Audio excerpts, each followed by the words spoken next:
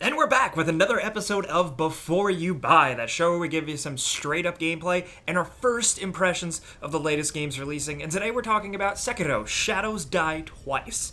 This is, of course, the latest game from Software, the famous developers behind Bloodborne, the Dark Souls series, Demon Souls, and Chromehounds. Now, just a heads up, this footage was captured on PS4 Pro, with me sucking pretty badly, but it's all been edited to be as spoiler-free as possible, and most stuff you see here is fairly early on. But Shadows Die Twice is more of a focused affair than a Dark Souls game, and is a step in a completely different direction. You play as a named hero that you do not create, and you follow him along his adventure. RPG elements are toned down in favor of fast, skill-based combat with a massive freaking moveset and a really steep learning curve. It has the DNA of a From Software game, but it feels different, and it's a freaking awesome game. You play as the man nicknamed the Wolf. He's a shinobi warrior tasked with protecting his young lord after swearing an oath. And of course, in video game fashion, your lord is kidnapped by this bad guy. He chops your arm off, you're left for dead. You then awaken with an ancient prosthetic arm to aid you in your quest, and you set out for revenge, while also just learning more about previous events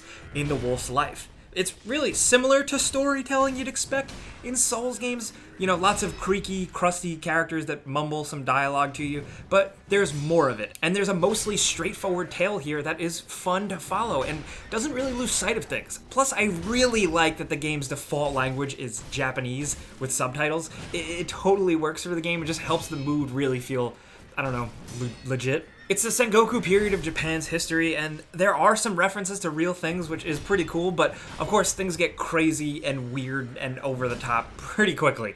The aesthetic is really interesting, like a war-ravaged region where everything is either beautiful, with fall trees and bamboo and ancient buildings, but also dark and wet and covered in blood at the same time. Environments do feel very large sometimes, most probably to give you room for all of your abilities, but many areas progress fairly linearly.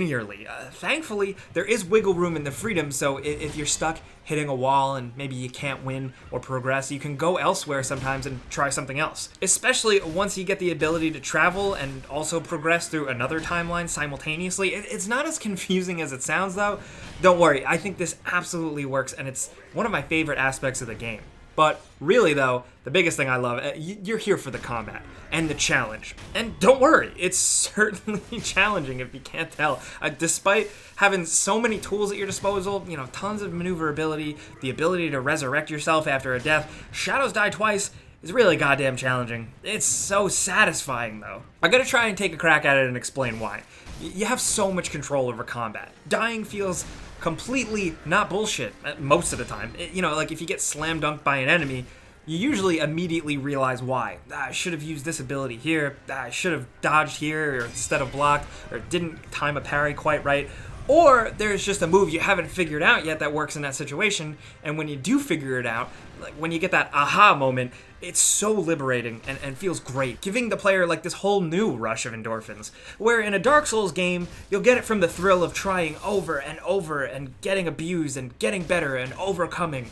Shadows Die Twice has this, but adds more emphasis on using your brain and thinking quickly. It's about knowing in depth all of the systems of the game, kind of like having your own little tool belt in your head while you're playing. It can still be absolutely oppressive at times, but it never feels unfair for the most part. I mean, it might sometimes because you're pissed off, but you'll usually come around surprisingly quick. With the combat, it's really the posture stuff. Exchanging blows with enemies, even blocks. Every clash means something, and you're working to degrade an enemy's posture. Once you parry enough times or do the right thing, you break their posture and get them to kind of stumble their defense, and then you can give a cool finishing blow stab with your sword. Harder enemies and bosses often take more than one finishing blow, kind of changing up your approach, but even just a single fodder enemy can kill you really quickly. But it feels so good when you see one, you clash, you parry right through them, and a finishing blow in one hit, just in one fluid motion, it just makes you feel so cool. Add to that the Makiri move, allowing you to kind of stomp their blade down on a forward thrust and then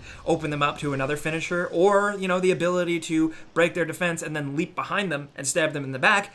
That's only a small taste of the huge amount of abilities you can unlock, as well as the prosthetic arm abilities that you can unlock. Those are more like story environment progression based unlocks. My favorite has been the trick axe that you can kind of fling out and break through a shield enemy's defense. But you get all kinds of abilities, not even related to your arm. You know, eventually you get like a sliding attack thing, grappling hook attacks, and a lot more. But really, going into uncharted territory for the first time is where the combat and difficulty really shines. Power through knowledge, like I said, is the key here, and it really shows once you start to like learn and master all of the different situational combat abilities. Now, I'm still awful at the game, I'm not gonna lie to you guys, but I appreciate the hell out of the combat that emphasizes keeping yourself composed. You know, occasionally you're jumping and flinging around because you have to, but also there's the moments where you're standing still, being conservative, and waiting for the right time to strike. The fun in the journey is really learning all of this. Sub-bosses sometimes even feel like the most amazing struggle themselves, and then the main bosses even more so sometimes. A lot of the bosses encountered feel like so far they start amazingly daunting, but once you focus yourself and figure it out and learn the patterns, and then of course know your combat skills, they become far less scary. Sub-bosses feel designed to kind of like teach you a new trick oftentimes, a new way to approach or think about enemies or use a skill you unlocked, and it's great. When it all really clicks, you feel so damn awesome. Also, if we're talking about controls real quick, huge props to them for including a button that you hold to suck up dropped enemy loot nearby and currency and stuff. It's kind of like absorbing souls in Onimusha, and I just really appreciate that. Progression is surprisingly deep, man. I mean, despite them kind of scaling back on RPG elements, there are a lot of upgrades you can do to your prosthetic arm, provided you have the materials and the money to do so, considering you lose a big chunk of that when you do die.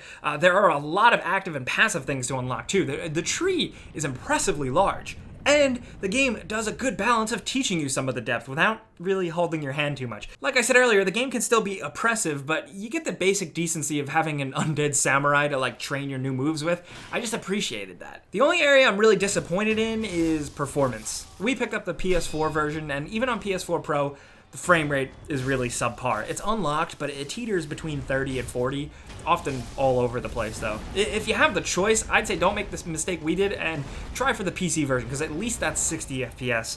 And for a game like this, I would love for it to be 60 FPS on consoles, considering even graphically, it isn't much of a looker. It's not like super intense. It actually looks a tiny bit old school.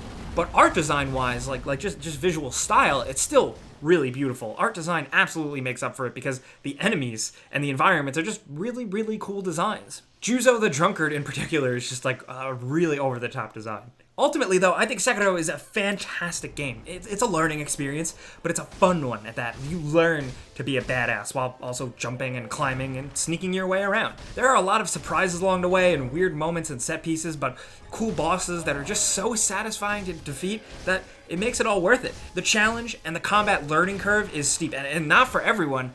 I'm serious here, but I think even if you didn't maybe completely like the Souls games, give this a try. It's got a bit of a different feel to it, like I said, but I love it. The combat scratches a different type of itch, and if you're an older player who likes like Bushido Blade and appreciated stuff like that, there might be some things you pick up on here that you might really like. But of course, that's a before you buy. I give you some pros, some cons, and some personal opinion, but now I definitely want to hear yours. These are my first impressions of Shadows Die Twice, but I really want to hear yours as well. Let me know what your favorite encounter has been so far. Have you had any crazy moments with the killer chickens? If you've been playing, you know exactly what I mean. And let me know anything you want about Sekiro Shadows Die Twice down in the comments. If you enjoyed this video and maybe learned something, clicking the like button does really help us out. That's the best thing you can do. We really appreciate that. But if you're new, it's worth considering subscribing and hitting the notification bell because we put out videos every single day.